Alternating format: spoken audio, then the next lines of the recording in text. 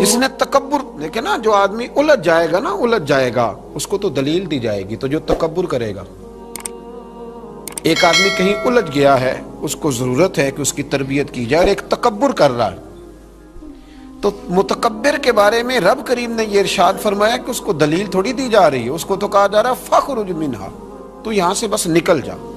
یہ سزا ہے متکبر کی۔ دنیا میں پہلا گناہ جو کیا گیا وہ تکبر ہے، اپنے آپ کو بڑا جاننا اور دوسرے کو چھوٹا سمجھنا۔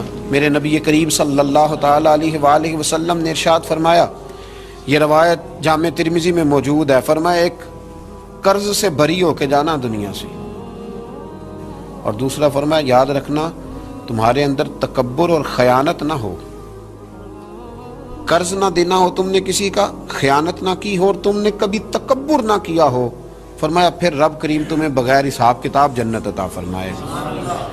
ان چیزوں سے بچنا، گویا حضور فرماتے ہیں ان سے تم بچ گئے نا تو باقی گناہوں سے خود بخود بچ جاؤ گے، باقی معاملات خود بخود سمٹ جائیں گے۔ ان سے بچ کے رہنا، محفوظ رہنا۔ تکبر بہت کیا جاتا ہے، کسی کو اپنے علم پر تکبر ہونے لگا ہے، کسی کو اپنے عمل پر تکبر ہونے لگا ہے، کسی کو سلطنت کے ہونے پر تکبر ہونے لگا ہے۔ کچھ لوگ کہتے ہیں میں جانتا زیادہ ہوں اس لیے میرے اندر تکبر ہے۔ کچھ لوگ ایسے ہیں جن لوگوں کو برادری پر اور نسب پر تکبر ہونے لگا ہے۔ بڑے بڑے لوگوں نے تکبر کیا، فرعون نے بھی تکبر کیا اور کہنے لگا کہ میں تو رب ہوں، پھر رب کریم نے اسے سمندر کی، دریا کی لہروں کے حوالے کیا۔ کل تک جو لوگ اس کے اشاروں پہ چلتے تھے نا، جب وہ غوطے کھا رہا تھا نا دریا کے اندر تو پھر روتا تھا کہ کوئی مجھے بچا لے، کوئی مجھے بچا لے۔ اس نے غوطے کھائے اور کہنے لگا کہ میں حضرت موسیٰ اور ہارون کے رب پر ایمان لاتا ہوں، پر اب تو سارا کچھ دیکھ داکھ کے مان رہا تھا نا، تو اس کا ایمان بھی قبول نہ ہوا، پھر پھینک دیا گیا سمندر سے باہر۔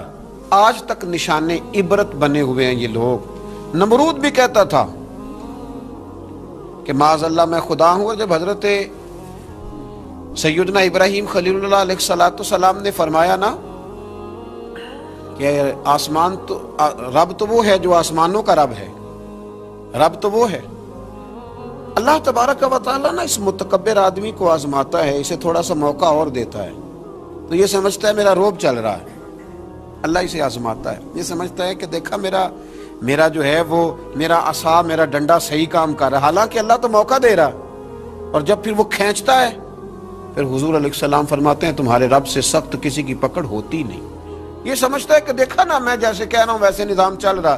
نمرود کہنے لگا میں رب ہوں، تو حضرت ابراہیم علیہ السلام نے فرمایا رب تو وہ ہے جو آسمانوں زمینوں کا رب ہے۔ کہنے لگا اچھا، اس نے نا تیر چلائے آسمان کی طرف، معاذ اللہ رب کریم کو قتل کرنے لگا، تیر چلائے، تو اللہ نے اس کا امتحان لیا۔ تیر جب اوپر جاتا تھا تو خالی ہوتا تھا، واپس آتا تھا تو اس کو خون لگا ہوتا تھا۔ کہنے لگا دیکھا نا، پھر دیکھا نا میں نے کیا کر دیا۔ کتنا بڑا بادشاہ، پوری دنیا پہ حکومت کرنے والا، پر مالک کی بے نیازی کے قربان جائیں، ایک مچھر ہی گھسا ہے ناک میں، اور پھر وہ مچھر نکل نہیں پایا، پھر اس مچھر نے اس کو مار ڈالا۔ تکبر والے لوگ جب تکبر کر رہے ہوتے ہیں، جب بول رہے ہوتے ہیں تو کہہ رہے ہوتے ہیں تو مجھے جانتا نہیں، تجھے میرا پتہ نہیں، وہ تو کس سے بات کر رہا ہے، تجھے خبر ہے تو کس کے ساتھ گفتگو کر رہا ہے۔ اور بھائی بڑے بڑے اونچے بولنے والے، پھر اس طرح ان کی آوازیں بند ہوئی کہ کوئی ان کی سننے والا نہ ملا۔ بڑے بڑے اونچے جملے کہنے والے اس تیزی کے ساتھ خاموش ہوئے کہ پھر دوبارہ انہیں احساس تک نہ ہوا کہ ہمیں بولنا بھی آتا تھا۔ کیا حیثیت ہے انسان کی، اس بات پہ تکبر کرتا ہے۔ میرے شیخ کامل رحمۃ اللہ علیہ، میرے اصحاب رحمۃ اللہ علیہ فرمایا کرتے تھے انسان تجھے صرف 2 وقت روٹی نہ کھانے کو دی جائے تو اپنی ٹانگوں پہ چل نہیں سکتا، اور 10 راتوں کی بات نہیں، 1 رات نہ تجھے سونے دیا جائے، صرف 1 رات، تو اگلے دن تو اپنی ٹانگوں پہ کھڑا نہیں ہو سکتا۔ تکبر کس بات کا، کس بات کا تکبر؟ ایک سر میں ہلکا سا درد ہوتا ہے اور تیرا سارا وجود تجھے نڈھال کر دیتا ہے، کس بات کا تکبر؟ لیکن اس کے باوجود لوگ پھولے نہیں سماتے، باتیں کرتے ہیں تو بچ بچ کے، گفتگو کرتے ہیں تو کھول کھول کے، اور ہر تیسرا آدمی آ کر کے پوچھتا ہے کوئی حکم ہوا تو بتائیے گا، کوئی حکم ہوا تو بتائیے گا تکبر صرف ایک ذات کرے گی اور وہ ہے رب کریم کی ذات، کیونکہ وہ سب سے بڑا ہے، وہ اللہ اکبر ہے، وہ اللہ اکبر ہے۔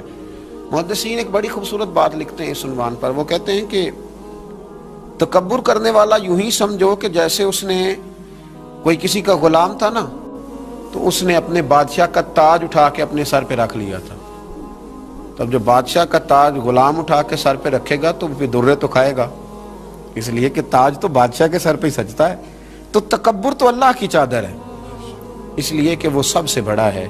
تو اب اگر کوئی شخص اس چادر کو پکڑے گا اور کہے گا نہیں مجھے بھی بڑا بننا ہے، تو پھر درے تو وہ کھائے گا، پھر آزمائش سے تو اسے گزرنا ہے۔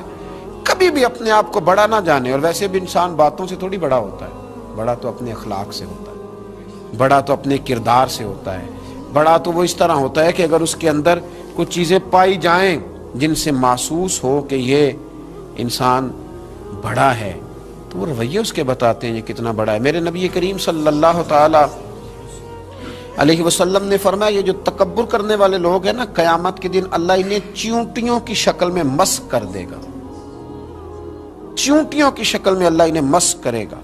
اور فرمایا اللہ تعالیٰ کو یہ اترا کے چلنے والے، تکبر کرنے والے لوگ پسند نہیں آتے، بھاتے نہیں رب کریم۔ یہ جو اس انداز میں چلتے ہیں یہ اللہ کو بھاتے نہیں، عاجزی انکساری۔ اور میرے نبی کریم علیہ السلام نے دو جملوں میں بات بڑے انداز میں سمجھائی، فرمایا تو اللہ کی رضا کے لیے جھک جا، اللہ تجھے عزتیں عطا فرما دے گا۔ تو رب کریم کی رضا کے لیے جھک جا، اللہ تجھے عزتیں عطا کرے گا۔